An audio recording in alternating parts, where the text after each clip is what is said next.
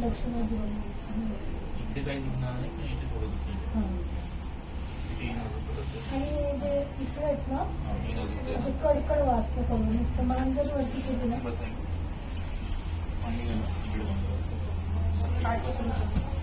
इकडे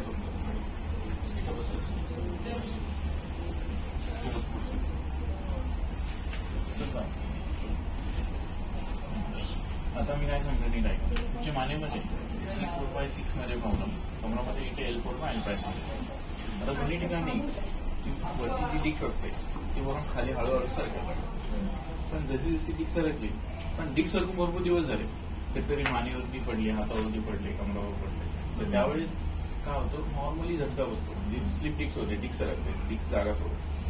तर तुमच्या मानेमध्ये पण तो प्रकार झाला, कमरामध्ये पण तो प्रकार झाला, पण जसं जसं त्याच्यात तोपर्यंत मला जास्त काही त्रास नव्हता, पण जसं जसं ती गादी असते ती सरकते, ज्या ज्या पार्टला ज्या ज्या ऑर्गन्सला ती नस कनेक्ट असते तो पार्ट डॅमेज होत जातो, तो त्रास द्यायला.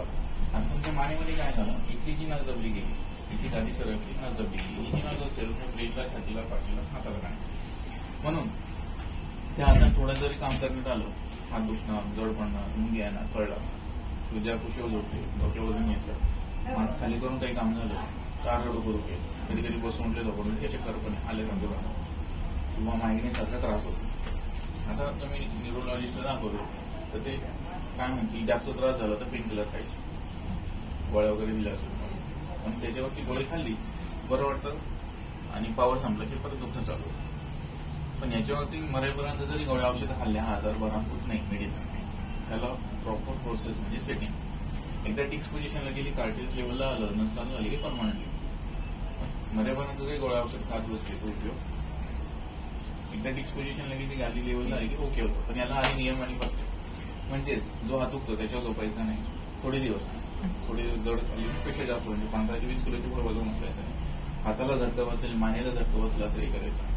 आंबट वाटतं, गॅस होईल, ऍसिडिटी होईल, पित्त होईल, या गोष्टी खायच्या, फ्रीजचे पदार्थ मैद्याच्या या थोडे दिवस टाळायचे.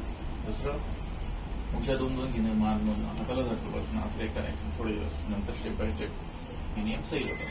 हे झाले मानेचे. दुसरं कमरामध्ये पण L4 L5 मध्ये गॅप आहे, तिथे डिक्स सरकली गादी हळूहळू बाहेर आली, त्याच्यामुळे जिथून ब्लड सर्क्युलेशन पाहायला होत नाही, म्हणून थोडं चाललंय, जास्त उभं राहिले, जास्त मांडी घातली, गुडघ्या बसले, एक पाय दुखतो, त्रास होतो, कळ लागते, रग लागते किंवा मग हे फर्स्ट स्टेज. सेकंड स्टेज मध्ये फर्स्ट स्टेज मध्ये एमआरआय दिसत नाही, पण तसं त्याची जी सूज असते ते त्रास द्यायला, पण जशी जशी गादी सरकत जाते, घसत जाते, सेकंड स्टेज थर्ड स्टेज नंतर एमआरआय मध्ये स्पष्ट दिसते, पण फर्स्ट स्टेज मध्ये बऱ्यापैकी एवढं दिसत नाही. त्याच्यामुळं एमआरआय जरी केला त्याच्यात डॉक्टर थोडंसं जे पाहिजे वगैरे तुम्हाला खोलपर्यंत सांगू शकतो. आणि नाडी परीक्षण सहज चेक करतो, तुमची नस दबेली किती दिवसापासून दबते, पुढच्या वेळेस कसा त्रास होता, मरेपर्यंत जरी गोळ्या खाल्ल्या, मेडिसिन काय काम तर तिथली जी सूज आहे ती कमी करतं, थोडं बॉडीमध्ये कॅल्शियम मल्टीव्हिटॅमिनची भर देतं, पण ती तुमची जी प्रॉपर जी स्पायनल कॉर्डची जी सेटिंग आहे ती बिघडली, ते मेडिसिन नाही क्लिअर करू शकतो. याच्यावरती हाडाच्या आजारावरती मेडिसिन डॉक्टर काय करतात, फर्स्ट स्टेज जोपर्यंत तुमचं दुःख नाही, फक्त आजचं दुखणं उद्या ढकलण्यासाठी प्रयत्न करतात. ज्या दिवशी तुमचं थर्ड स्टेजपेक्षा जास्त दुखणं ऑपरेशन करा असं. पण हे जे मी सांगितलेल्या नियमात राहिले, ट्रीटमेंट प्रॉपर घेतली मरेपर्यंत कोणाकडे जायची गरज नाही, ट्रीटमेंट घ्यायची गरज नाही, हा सेटिंगमध्ये तुम्ही पूर्णपणे बरं होऊन जातो. आता कमरासाठी नियम, पालतो झोपायसाठी 15 ते 20 किलोच्या पुढे वाटून वजन असल्याचं, कमराला झटका बसला असं काही करायचं, बाकी दुसरं काय नाही. 30 डिग्रीत बसायचं, म्हणजे खुर्चीवर बसले, शीट पुढे घेऊन लांब पाय ठेवून टेबल पाय ठेवून खुर्चीवर ठेवून बसायची किंवा झोपायचं, हे लक्षात टेकून चालतं. 30 डिग्रीत नाही. तुम्ही काय करता असं बस, तुम्ही काय करता असं शीट पाय घेऊन असं तरी बसतं, ती बघायचं नाही बसायचं, बाकी दुसरं काय झोप बाल डोकं तिकडे शर्ट बनायचं.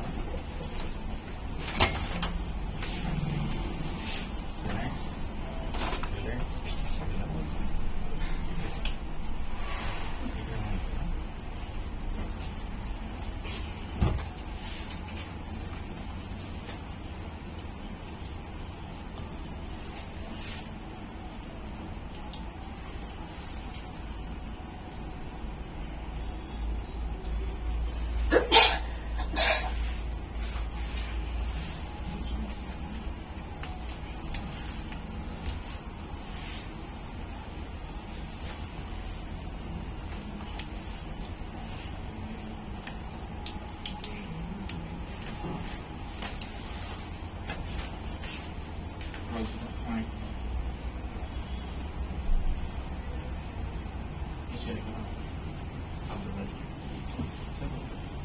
पुढे सर रिलायन्स इकडे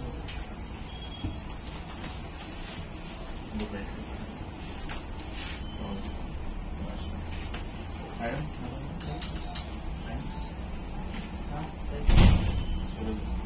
सर काय ऑपरेशन वगैरे नाही एक विषय काय सर मी सांगायचं तर खरी नाही सांगताना येत नाही बघा पडदा लावेल ना पडदा लावेल आम्ही बसलो होतो म्हणून पडदा लावायला सांगायला सांगता येत नाही तुम्हाला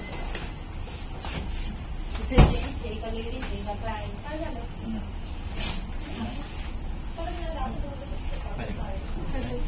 बॉडी घेऊन सांगायचं ना जेंट्स रिलायन्स तुम्ही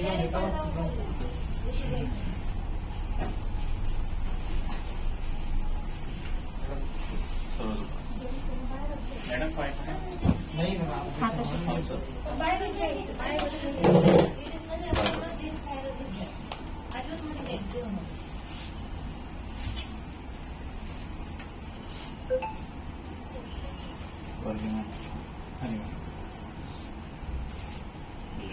नाही नाही दिला सुद्धा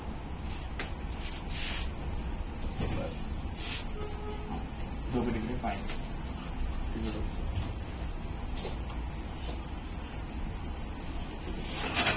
पाच होतं